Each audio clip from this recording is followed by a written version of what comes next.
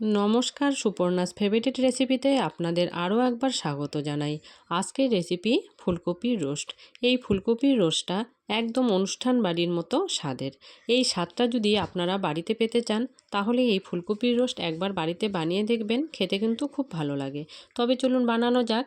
তো ফুলকপিগুলোকে আমি ভালোভাবে কেটে ধুয়ে নিয়েছি। এবার আমি একটা গামলার মধ্যে হালকা কুসুম গরম জলে একটু লবণ দিয়ে ফুলকপিগুলোকে ডুবিয়ে রাখলাম। এবার আমি একটা কড়াইয়ের মধ্যে সাদা তেল দিয়ে নিলাম। নিয়ে গ্রেভির জন্য কিছু পেঁয়াজ নিয়ে নিয়েছি। পেঁয়াজটাকে একদম ঝিরিঝিরি করে কাটার দরকার নেই, একটু বড় বড় করে কেটে নিলেই হবে। এটাকে এবার হালকা ভাজা করে নিয়ে এর মধ্যে আমি দিয়ে দিলাম কিছু কাজু বাদাম, দিয়ে আরেকটু ভাজা ভাজা করে নিলাম।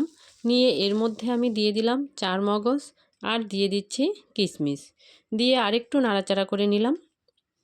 নিয়ে এর মধ্যে আমি দিয়ে দেব ঝালের জন্য কিছু কাঁচা লঙ্কা।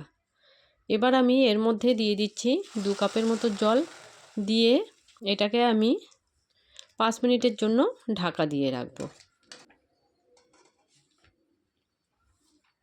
তো 5 মিনিট হয়ে গেছে, আমি ঢাকাটা সরিয়ে নিলাম। দেখুন জলটা অনেকটাই শুকিয়ে গেছে এবং পেঁয়াজটাও সেদ্ধ হয়ে গেছে। এবার আমি এটাকে নামিয়ে নিচ্ছি। নামিয়ে ঠান্ডা করে নিয়ে এটার একটা মিহি পেস্ট তৈরি করে নেব। আর এই পেঁয়াজটা ভাজার সময় ধ্যান রাখতে হবে যেন পেঁয়াজটার কালার চেঞ্জ না হয়। তো পেঁয়াজটা এবার ঠান্ডা হয়ে এসেছে। এবার আমি পেঁয়াজটার একটা মিহি পেস্ট তৈরি করে নিচ্ছি। এবার আমি কপিগুলোকে জলের থেকে উঠিয়ে নিচ্ছি। আর কপিগুলো জলের মধ্যে এই কারণেই ভিজিয়ে রেখেছিলাম, কপির মধ্যে অনেক ছোট ছোট পোকা থাকে, সেগুলো বেরিয়ে আসে। এবার আমি কড়াইয়ের মধ্যে সাদা তেল দিয়ে এর মধ্যে আমি দিয়ে দিলাম 1 চামচ বাটার। বাটারটা দিয়ে কপিগুলোকে আমি এর মধ্যে ভেজে নেব। তো এবার আমি কপিগুলোকে ভাজা করে নিচ্ছি। এর মধ্যে দিয়ে কপিগুলোকে একটু লাল লাল করে ভেজে নেব। তো এখানে আমি বাটার দিয়েছি, আপনারা যদি মনে করেন যে বাটার দেবেন না তাহলে নাও দিতে পারেন, শুধু কিন্তু সাদা তেল দিয়ে ভাজলেই হয়ে যাবে। তো কপিগুলো দেখুন লাল লাল হয়ে এসেছে। এবারে আমি এগুলোকে নামিয়ে নিচ্ছি। এইভাবে আমি সমস্ত কপিগুলোকে ভেজে নেব। এবার কপি ভাজার যে বেঁচে যাওয়া তেলটা রয়ে গেছে এর মধ্যে আমি দিয়ে দিলাম কিছু দারচিনি আর দিয়ে দিলাম কিছু লং, দিয়ে এর মধ্যে থেতো করে রাখা আদা আর রসুন দিয়ে দিলাম। দিয়ে একটু ভাজা ভাজা করে নিলাম। নিয়ে আমি এর মধ্যে দিয়ে দিচ্ছি 1 চামচ জিরা পাউডার, 1 চামচ ধনিয়া পাউডার, 1 চামচ লঙ্কা পাউডার, দিয়ে আরেকটু ভাজা ভাজা করে নিলাম। নিয়ে আমি এর মধ্যে দিয়ে দেবো পরিমাণ মতো লবণ।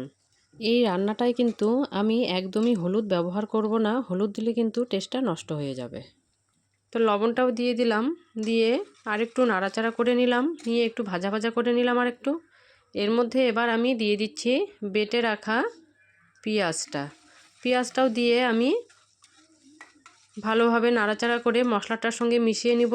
নিয়ে এইভাবে নাড়তে নাড়তে যখন মশলাটা থেকে তেল ছাড়তে শুরু করবে তখন আমি এর মধ্যে দিয়ে দেবো ফেটানো দই। আর এই দইটা দিয়ে এখানে কিন্তু অনবরত নাড়তেই থাকতে হবে।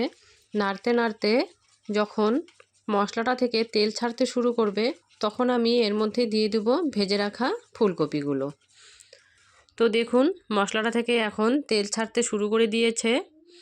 এবার আমি এর মধ্যে দিয়ে দেব ভেজে রাখা ফুলকপিগুলো দিয়ে গ্রেভির সঙ্গে ভালোভাবে মিশিয়ে নিব। নিয়ে এর মধ্যে আমি দিয়ে দেব 1 কাপের মতো দুধ। এখানে আপনারা যদি মনে করেন যে একটু জল দিয়ে দেবেন তাহলে কিন্তু সেটাও দিতে পারেন। তো দুধটা দিয়ে আমি একটু নাড়াচাড়া করে এটাকে আমি 10 মিনিটের জন্য ঢাকা দিয়ে রাখব। তো 10 মিনিট হয়ে গেছে, ঢাকাটা সরিয়ে নিলাম। তো এবার দেখুন ফুলকপির রোস্টটা পুরোপুরি তৈরি হয়ে গেছে এবং আমার এই ফুলকপিটা কিন্তু সেদ্ধ হয়ে গেছে। তো এবার আমি নামানোর আগে এখানে 1/2 চামচের মতো গরম মশলা দিয়ে এটাকে আমি আরেকটু জাল করে নামিয়ে নেব। তো গরম মশলাটা দিয়ে দিলাম, দিয়ে আরেকটু জাল করে নিচ্ছি। নিয়ে আমি এটাকে এবার নামিয়ে নেব। তো এইভাবে আপনারাও বাড়িতে একবার বানিয়ে দেখবেন, খেতে কিন্তু খুব ভালো লাগে এই ফুলকপির রোস্ট। আর এই ফুলকপির রোস্টের রেসিপিটা আপনাদের কেমন লাগলো অবশ্যই কমেন্ট করে জানাবেন। আর যারা আমার চ্যানেলে নতুন তাদেরকে ফলো এবং সাবস্ক্রাইব করার অনুরোধ রইল। এরপরে দেখা হবে পরবর্তী রেসিপিতে। ধন্যবাদ।